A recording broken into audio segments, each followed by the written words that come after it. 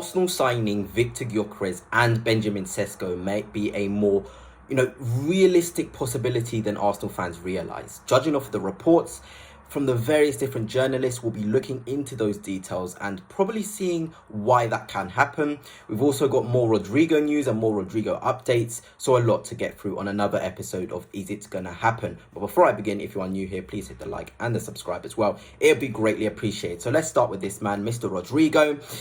And the new report sort of coming out is that Rodrigo's agents contacted Arsenal first. So we saw a lot of things about Arsenal being interested in Rodrigo, Arsenal contacted Real Madrid, but the reality of the situation is his agents reached out to us. So this has a massive significance. Firstly, because it shows Arsenal are the next best possibility as a destination compared to other clubs in the world.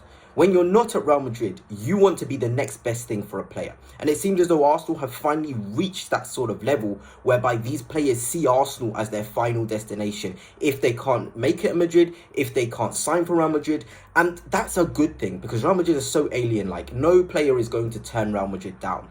That is the club that everyone desires to play for, and nobody will be able to ever change that. So you've got to be the next best option. And that is why I feel like, when we're looking at Tottenham's season and them being better, you've got to look at it. Where would a player rather join off of the back of this season? It is Arsenal Football Club. But anyway, let's move on to the next big update in terms of Arsenal are continuously it's serious now, pursuing Rodrigo. Still difficult, but he's currently at the very, very top of their list for the wing. Talks between all parties have started. So it's escalated from a player to club sort of talks and sort of gauging each other out to club to club. So that would immediately suggest that Arsenal have had the green light for Rodrigo, where he's kind of been like, if you can make this happen, I'm down to join your football club. And that is a real positive, to be honest. It really, really is. So on the caliber of Rodrigo, it's so exciting. The possibilities, the different ways Arsenal could play with a player like Rodrigo, it is just straight up exciting, goodness. It really, really is. I was a bit skeptical of this deal, but now I'm excited. I can see so many different positions he can play in, and he can really maximise the technical level of Arsenal and the attacking output that we currently have, which is always a great thing. But let's get on to the thing you've been waiting for. Gyokeres and Cesco. Yes, let's not be stupid. It is more likely that Arsenal get one of these two, without a shadow of a doubt. But my job as somebody who's providing content is look through the lines of these journalists and what they're saying, because it does suggest that Arsenal are very advanced in terms of their pursuit of both these players. Here's one, David Ostein. Let's start with how he's looked at this situation. It seems Arsenal are deciding between which of Benjamin and Victor Gyokeres to pursue as their preferred target. They're both under consideration, but it's hard to know who is higher. There are many factors that contribute to such decisions being made. So already, indecisiveness would suggest Arsenal are going into this being like, okay, can we get Benjamin Cesco to a point where the deal is nearly done and Victor Gyokeres there, see the financial part of it, and could we genuinely get both? I know it sounds silly, but the way these journalists, and it's not just David Ostein, who's very, very good. There's also Goldberg, who said that Victor Gyokeres is the absolute priority for Arsenal, but that's not the main part. It's the deal is more advanced than people think. More advanced than people think.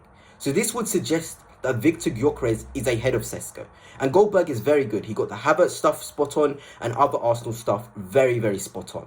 So for him to put his neck on the line, he said this was his best two Arsenal sources that have told him this, shows that this has to be the truth. This absolutely has to be the truth. I believe Goldberg very, very much when it comes to Arsenal news. He's very, very good. So with David Ostein saying there's still this sort of confusion on who they would rather have at Arsenal Football Club, and then Goldberg to say it is Victor Gyokeres, and then you've got Pentigo coming out to say Arsenal in concrete talks. He's very, very good, very, very close with the camp of Benjamin Cesco and Bundesliga news to say that the negotiations are happening, the pursuit of Cesco is more serious. Why wouldn't both of them be more serious? And how would the financials for Victor Gyokeres and Benjamin Cesco look? Benjamin Cesco, you're looking at 60. Gyokeres, you're looking at 50. 110 million on both of those players is already cheaper than just one of Alexander Isak. And that is the next thing. Arsenal, obviously, their top choice, if he was available, was Alexander Isak, and his package would be £125 million. £110 million would get you both Victor Gyokeres and Benjamin Cesco. If Mikel Arteta sees Kai Havertz's future in the midfield position, that means we'd only have Gabriel Jesus as our number 9.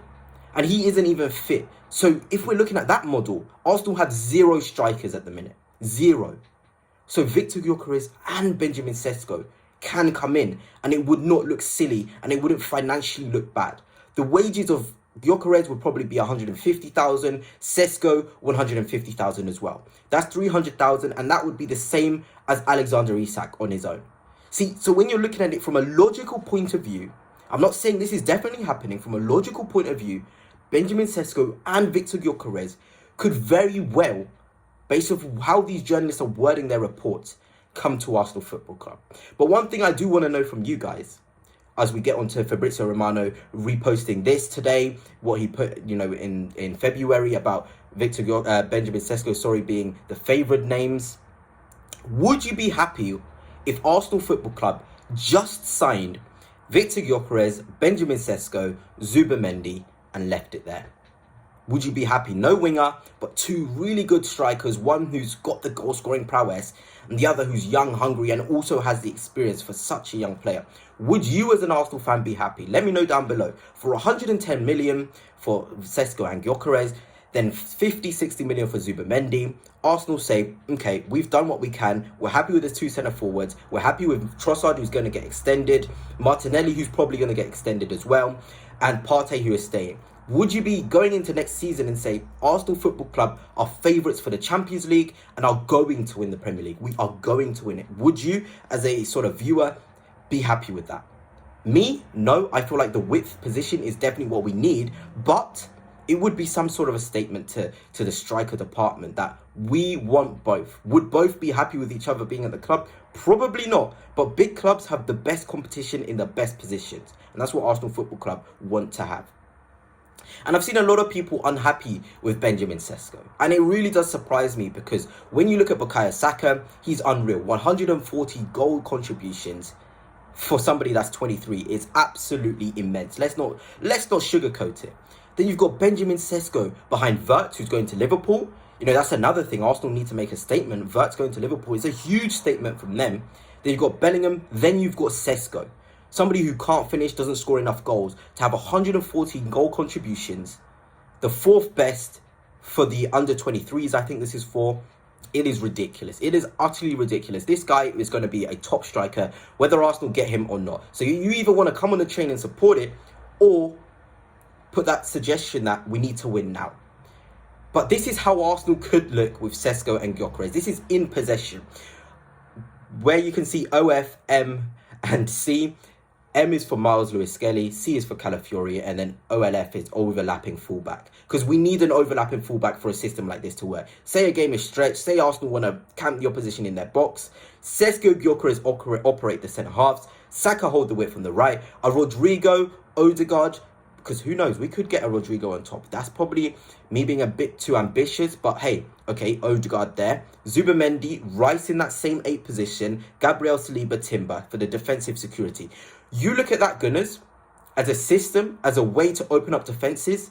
Does that not make you feel like we can unlock any team in the world? Let me know. I'm just going to end it at that, Gunners. Let me know your thoughts on everything discussed. But until next time, peace.